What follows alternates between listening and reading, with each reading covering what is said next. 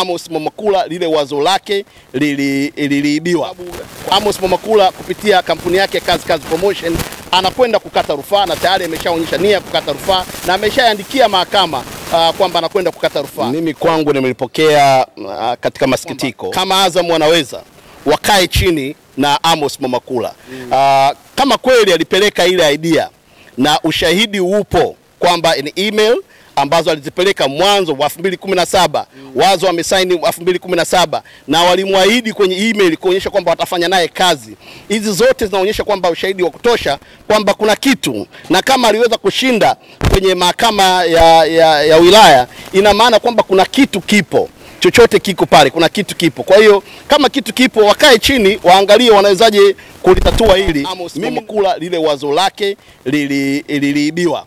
Kwa sababu kusema liliibiwa ina maana kwamba Amos alipeleka, hakufaidika na lile wazo, na mwisho wa siku ukafaidika wewe ambaye hukuweka tawazo. Walifaidika wengine na wewe miongoni mwao. Mimi nikiwa miongoni mwao. Yes. Kwa hiyo mimi nilikuwa mmoja wa wafaidika wa wazo la Amos Mwamakula ambalo alileta. Kwa hiyo Amos Mwamakula kupitia kampuni yake Kazi Promotion anakwenda kukata rufaa na tayari ameshaonyesha nia kukata rufaa na ameshaandikia mahakama kwamba anakwenda kukata rufaa. Kwa hiyo bwana, kuna wakati ambapo unatakiwa kuwa na maswali mengi ambayo unahitaji majibu, na majibu wakati mwingine sio lazima ukamuulize mtu.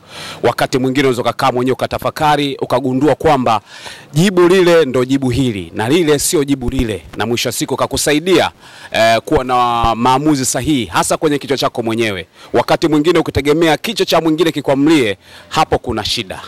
Hapo kuna shida. Mimi naitwa Lugano Isaya. Niko hapa kama Like Media kuweza kuzungumza mambo mengi ya kimichezo. Kama ambavyo unafahamu, kulikuwa na saga nyingi sana ambazo zilikuwa zungumzwa sana ukizungumzia hasa kwenye masuala mazima ya masumbwi. Tunafahamu Vitasa, Azam na vitu kama hivyo vimeweza kuwainua kwa kiwango kikubwa sana wacheza ngumi kwa maana mabondia. Nini ambacho kinaendelea kwa sasa hivi? Vitasa haviko hewani kwa sasa. Kukasikika kuna taarifa ambayo ilikuwepo kesi mahakamani ambayo mahakama ya mwanzo ikampa ushindi bondia. Kesi kaendelea mahakama kuu. Mwisho wa siku bondia akashindwa kesi. Maswala ni mengi sana na maswali ni mengi sana kufahamu hiki kinachoendelea kuhusiana na masumbwi Tanzania kwa ujumla. Na hapa niko na James Sangi, moja kati ya mapromoter ambao wanafanya vizuri sana, ambao pia walishawahi kufanya vizuri zaidi kipindi cha huko nyuma. Nimemtafuta ili tuweze kuzungumza angalau kwa uchache tu kuhusiana na mambo ambayo yanaendelea sasa hivi, kuhusiana na maslahi ya ngumi na ngumi zifanyeje ziweze kufikia katika level ambayo tunahitaji kufika. James Sangi, mambo vipi? Mambo poa kabisa, shukrani. Imekuwa furaha sana na bahati kukupata maeneo haya na kuzungumza na wewe. Mambo lakini yanaenda vizuri. Bwana, mambo yanakwenda vizuri na kama hivyo unavyoona tuko kwenye weekend na nasema alhamdulillah. Bwana, nimekutafuta na najua ulikuwa na mianjo yako mingi na mishemishe nyingi sana. Nikasema nimtafute James Sangi ni kwa sababu nishaye kuzungumza na bondia ambaye alipeleka kesi mahakamani, Amos Mwamakula. Tukaongea na Amos Mwamakula. Amezungumza mambo mengi sana ambayo yanifanya mpaka ni watafute baadhi ya watu ambao nitaendelea pia kuwatafuta wengine niweze kufahamu na kupata picha halisi kuhusiana na mchakato. Ngumi za kulipa zimeondoa vijana wengi sana katika mazingira ambayo ilikuwa ni hatarishi, lakini inaonekana kuna mgogoro ambao mtu mmoja kaibuka na kusababisha ngumi zikasimama. Kwa upande wako kama promoter, umelipokeaje hili? Kwanza naweza kusema mimi kwangu nimelipokea katika masikitiko, na masikitiko yenyewe yanakwenda kwamba Amos Mwamakula ambaye ni mdau ambaye ndiyo aliyefungua kesi mahakamani ya kudai haki miliki ya plani ya mchezo mzima, lakini vile vile via Azam Media, ambapo na masikitiko makubwa kwamba watu wote wawili ni watu ambao tasnia ya mchezo wa ngumi inawahitaji. Umeona, ukiangalia history ya Amos Mwamakula, ni bondia ambaye huyu ni bondia lakini amekuwa katika ngazi zote, nikimaanisha kwamba amekuwa bondia katika amateur, lakini vile vile amekuja kucheza professional boxing. Bana, amefanya vizuri, ametetea taifa, amepigiwa nyimbo ya taifa, nchi nyingi ametoka kimataifa zaidi. Kwa hiyo ni mtu ambaye jasho lake limemwagika na damu imemwagika kutetea nchi ya Tanzania katika michezo ya ngumi, mchezo wa ngumi za kulipwa. Lakini vile vile Amos Mwamakula alishakuwa mjumbe wa kamati kuu ambayo ilikuwa imetupa hiyo mpaka sasa hivi tumepata federation, shirikisho kamili.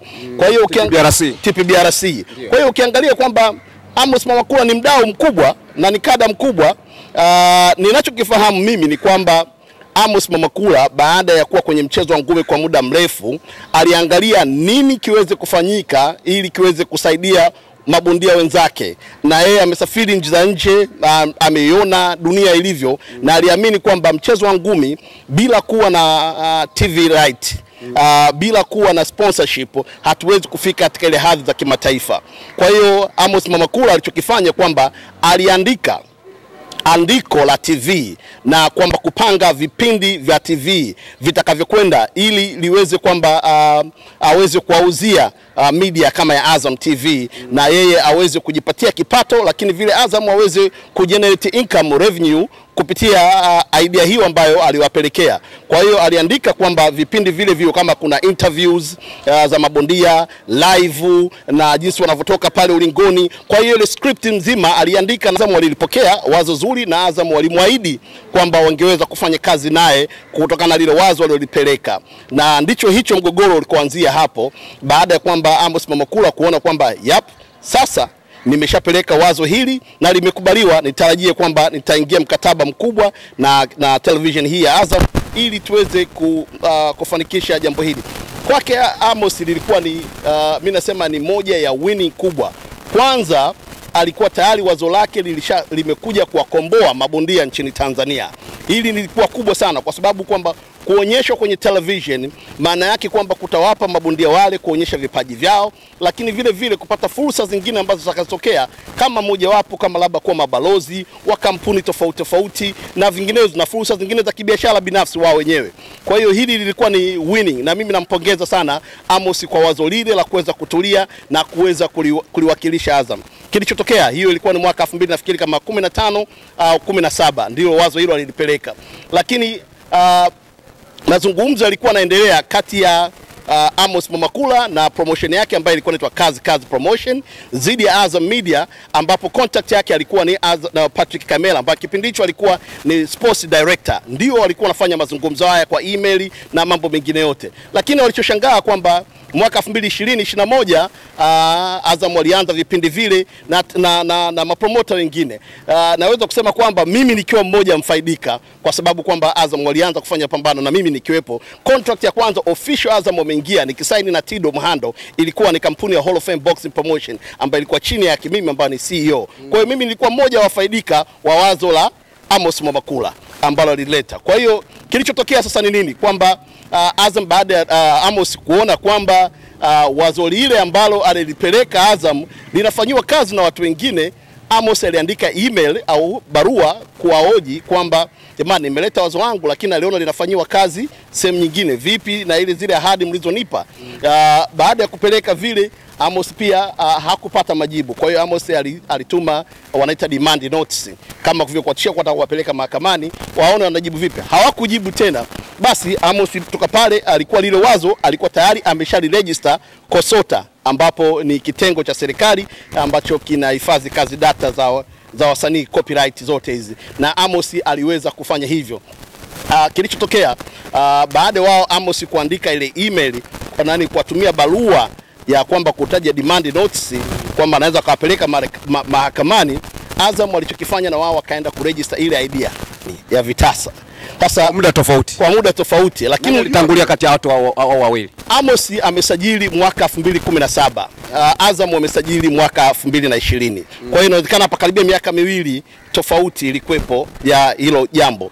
Na baada ya hapo Amos alienda KOSOTA kulalamika na akawapelekea vile vipindi vya Azam vinavyoruka, na KOSOTA walichosema kwamba wazo hili ni wazo mfanano, yani maana yake wazo linafanana na lile ambalo yeye ameliregister. Kwa hiyo kwa hiyo Amos aliamua kwenda kupata mwanasheria na alienda mahakamani, mahakama ya mwanzo na mahakama ya wilaya nafikiria ya Kinondoni. Yes. Na baada ya kwenda kule, kwa mimi nasema lilikuwa ni jambo jema baada ya kupitiwa ile kesi, kwa sababu yeye Amos alichosema kwamba mimi naipelekea mahakama, naiomba mahakama itafsiri sheria kuhusu hili wazo ambalo nilipeleka, na kama mimi nina haki basi nipewe haki yangu ya ubunifu wa jambo langu ambalo nimelipeleka.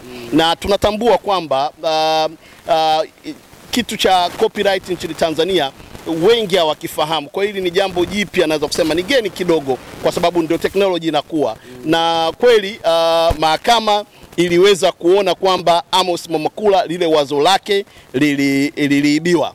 Kwa sababu kusema liliibiwa ina maana kwamba Amos alipeleka, hakufaidika na lile wazo, na mwisho wa siku ukafaidika wewe ambaye hukuweka tawazo. Walifaidika wengine, na wewe miongoni mwao. Mimi nikiwa miongoni mwao, yes kabisa. Na kilichotokea pale, Amos aliweza kuliwadiwa au aliweza kupewa ushindi mahakamani, na pia kwamba ilitajwa nafikiri kama milioni 250 ndio ambayo Amos alitakiwa kupewa kama fidia, lakini vile vile kwamba Azam waache kuonyesha vile vipindi ambavyo mfanano ambavyo kama alivyovipeleka Amos Mwamakula na promotion yake ya kazi. Lakini baada ya hapo kilichotokea nini? Kwamba Azam waliliangalia lile na hawakuridhika na maamuzi ya mahakama. Kwa hiyo wao walikata rufaa Mahakama Kuu, na hivi karibuni tumeona kwamba Mahakama Kuu imeweza kutengua hukumu ya mwanzo na kwamba hukumu hii kuwapa Azam. Sasa kwamba kinashangaza kwa Amos mwenyewe kwamba anasema, nimezoea mpaka kuzungumza naye, amesikitika sana, na kubwa anasema kwamba hakuna kipya, kwa sababu yeye anasema vitu vyote alivishavipeleka mahakamani kuonyesha kwamba alikuwa na mawasiliano na Director of Sports wa Azam kabla ya hivyo, lakini vile vile alisajili ile idea kabla ya wao na amepeleka ushahidi wote, lakini mahakama imeweza kuona kwamba kutengua. Kwa hiyo na yeye hakuridhika. Maana yake nini? Hakuridhika na utenguzi wa hukumu ile yake ya mwanzo ambayo ilimpatia ushindi. Amos sasa hivi ametoa au ameweka nia, na tumeona hivi juzi aliposti kwenye mtandao wa kijamii akisema kwamba anarudi mahakamani kukata rufaa kwa kuomba kwamba mahakama iangalie tena upya. Anaamini kwamba sasa hivi kulikuwa kuna jaji mmoja ambaye katika mahakama kuu, lakini unapokwenda kwenye mahakama ya rufaa, maana yake pale kuna wazee watatu ambao wanajua sheria vizuri, lakini vile vile hekima na busara zitumike waweze kuangalia mlolongo wote ulivyokwenda, kama kweli Amos Mwamakula ana haki au ana haki. Kwa hiyo kwa hali hii mimi nasema kwamba mnyonge mnyongeni, haki yake mpeni, na kwamba tuiachie mahakama, kwa sababu mahakama ndio inayekwenda kutafsiri sheria, na kwamba kama Amos alipewa ushindi mara kwanza na Azam wamepewa ushindi mara pili, kwa hiyo mimi nasema sasa hivi ni 1-1. Kwa hiyo bado mpira unaendelea, dakika 90. Tuombe Mungu kwamba maamuzi haya yawe maamuzi ya kuridhisha pande zote mbili. Lakini kikubwa mimi naweza kukishauri, sikupendelea sana hili jambo la mahakama sasa hivi linaloendelea, lakini nilingeomba kwamba kama Azam wanaweza wakae chini na Amos Mwamakula. Kama kweli alipeleka ile idea na ushahidi upo kwamba ni email ambazo alizipeleka mwanzo wa 2017, wazo wamesaini 2017, na walimwahidi kwenye email kuonyesha kwamba watafanya naye kazi. Hizi zote zinaonyesha kwamba ushahidi wa kutosha kwamba kuna kitu, na kama aliweza kushinda kwenye mahakama ya wilaya, ina maana kwamba kuna kitu kipo. Chochote kiko pale, kuna kitu kipo. Kwa hiyo kama kitu kipo, wakae chini waangalie wanawezaje kulitatua hili. Mimi naamini kwa pesa ambayo Amos ameliwadiwa milioni 250, Azam ni bigger than 250. Hiyo unaona kwamba tayari wale wanaonunua madishi kwa ajili wanajua ngumi zinarudi, ajiandae. Unaweza usimpe ile burudani anayotaka au ile pesa anayotumia, hawezi kupata anachokipata. Nilisema tu kabisa kwamba kuna tekniki ambayo Azam anaitumia hapa, na anaitumia kwa wadau na vile vile mpaka serikalini, kuonekana kwamba yeye anawasaidia mabondia kurusha la live na vitu vingine, kama hafaidiki na lolote katika hili, na ila kwamba kuna watu wanawekea ugumu wa jambo hili. Na hata sasa hivi anavyoendelea kutangaza hili, ili baadaye isipokuwa imefanyika ionekane kwamba kuna mtu ambaye anaweka kikwazo. Lakini ukiangalia kikwazo sio cha huyu jamaa, ni kikwazo na wao wenyewe wanachangia kukiweka kikwazo, kwa sababu hii swala kama hili hakuna hata siku moja waliweza, kabla hata mahakamani waliweza kumuita Amos, wakakaa naye chini wakajaribu kufanya mediation pamoja ili waweze kulimaliza jambo hili. Kwa hiyo bado mimi nasema kwamba, narudia tena, ningekuwa mimi na washauri Azam Media, msingetangaza kwamba kuna fight Julai, kwa sababu kwamba Azam kwa sababu Amos Momakula kupitia kampuni yake Kazi Promotion anakwenda kukata rufaa na tayari ameshaonyesha nia kukata rufaa na ameshaandikia mahakama kwamba anakwenda kukata rufaa. Kwa hiyo maana yake kwamba kama atakata rufani na wewe umesema Julai, maana yake yale ushindi wenu utakuwa kwenda kutenguliwa mpaka hapo mahakama ya rufani itakavyoamua tena. Sasa kwa hiyo maana yake hamtoweza kuwapa burudani au mashabiki wenu ambao mnawatangazia. Wapo wengine ambao watanunua vifurushi, wapo wengine ambao watanunua madishi ambao walikuwa wanakijua kwamba ngumi zinakuja tena. Kwa hiyo mimi naona hii message kwanza, mimi kwangu ningewashauri viongozi ambao mpo pale, mtumie hekima na busara kwanza, ni mapema mno. Kama yeye Amos anavyosema, sasa hivi ni 1-1, mmeshinda 1 nyumbani, mmeshinda 1 away, lakini imeenda kuweka kwenye neutral corner. Kwa hiyo hapo ni vitu vingine tena. Kwa hiyo tusubiri hapo mpaka maamuzi ya mahakama ya rufaa itakapoweza kuamua, ndio mngeweza kutangaza, lakini sasa hivi ni mapema.